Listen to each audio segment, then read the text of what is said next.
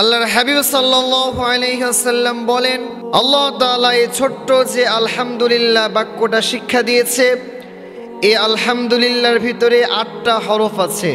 সবাই আওয়াজ দিয়ে বলেন তো কয়টা হরফ? সবাই আমার সাথে গণেন। আলিফ, লাম, হা, মিম, দাল, লাম, লাম, হা। কয়টা হলো? 8টা। এবার সবাই আওয়াজ দিয়ে বলেন তো জান্নাতের গেট কয়টা? আরো আওয়াজ দিয়ে বলতে হবে, জান্নাতের গেট কয়টা? আল্লাহ তাআলার শিখানো ভাষা যখন কেউ আলহামদুলিল্লাহ দিয়ে আল্লাহ তাআলার নিয়ামতের শুকরিয়া আদায় করে, বান্দা আল্লাহ তাআলার এই শিখানো 8 হরফ বিশিষ্ট শব্দ দিয়ে শুকরিয়া আদায় করার সাথে সাথে আল্লাহ তাআলা ওই বান্দার জন্য জান্নাতের 8টা গেটই খুলে দেন। কোন সুবহানাল্লাহ। আলহামদুলিল্লাহ এর ভিতরে যেমন 8টা হরফ আছে, জান্নাতের গেটও কিন্তু 8টা।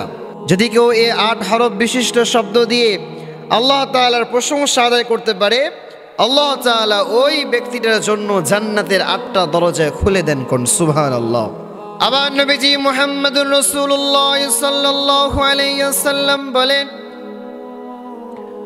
তোমরা প্রতিদিন 5 ওয়াক্ত নামাজের পূর্বে যে ওযু করো, এই ওযুর পরে যদি কেউ তোমরা নিয়মিত কালেমায়ে শাহাদাত আশহাদু আল্লা ইলাহা ইল্লাল্লাহ ওয়া আশহাদু আন্না মুহাম্মাদান আবদুহু ওয়া রাসূলুহু, এই কালেমায়ে শাহাদাত পড়তে পারো, আল্লাহ তাআলা কাল কিয়ামতের ময়দানে ওই ব্যক্তির জন্য জান্নাতের 8টা দরজাই খুলে দিবে।